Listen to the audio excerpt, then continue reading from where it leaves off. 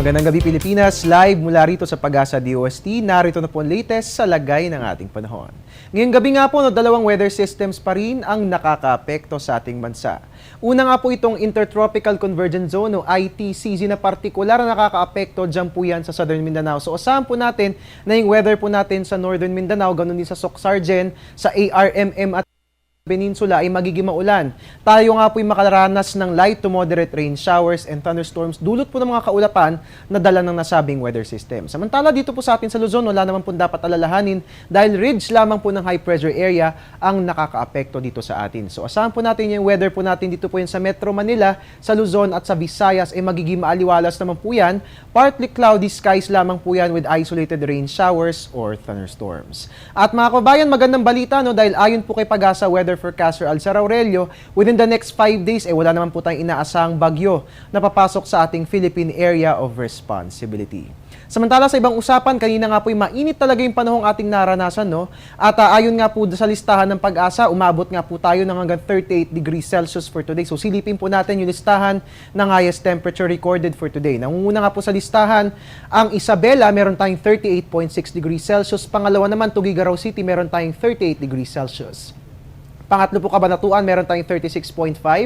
Pag-asa Science Garden, meron tayong 35.4 degrees Celsius. At huli po sa listahan, ang Sangley Point, Cavite na nakapagtala, 35.1 degrees Celsius. Ngayon nga pong buwan ng Mayo, ang peak season ng panahon ng tag-init. So inaabisuan po lahat na mag-ingat po, lalo pat itong init na ating nararamdaman, posibleng magdulot ng heat stroke. So ugaliin po natin ang pag-inom ng tubig at pagsuot ng preskong kadamitan. Mga kababayan, noong mga nakaraang araw ay tuluyan nang pumalo sa critical level ang tubig sa Angat Dam kung kaya't mahalagang bantayan araw-araw ang kondisyon ng ating mga major dams. So sa puntong ito, sisilipin po natin ang dam update na inilabas ng Pag-asa.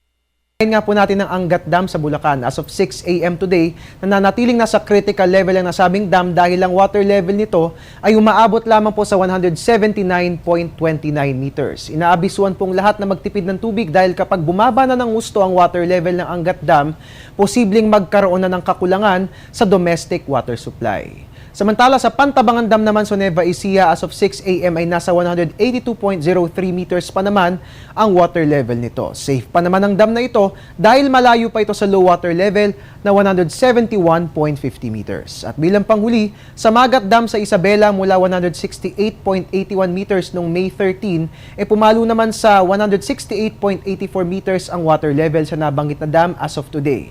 Pero ganun pa man, inaabisuan pa rin na lahat na magtipid ng tubig lalo pat malapit na rin maabot ng Magat Dam ang low water level na 160 meters. Patuloy na babantayan ng Pag-asa ang level ng tubig ng ating mga major dams, lalo pat sa mga susunod na buwan ay posibleng maramdaman na natin ang epekto ng El Nino. Samantala sa ibang usapan, si Haring Araw sisikat po sa ganap na 5:28 ng umaga, bug naman sa ganap na 6:16 ng gabi. At iyan po muna ang latest mula rito sa Pag-asa DOST. Please follow us on Twitter at Panahon TV and please like our Facebook page. Hanapin lamang po yan, panahon.tv. Ang ating website pwede rin bisitahin, it's www.panahon.tv. At your service po inyong weatherman, Harry Bayona, nagpapaalalang tiwala lang. May tamang panahon ang bawat pagkakataon. Magandang gabi.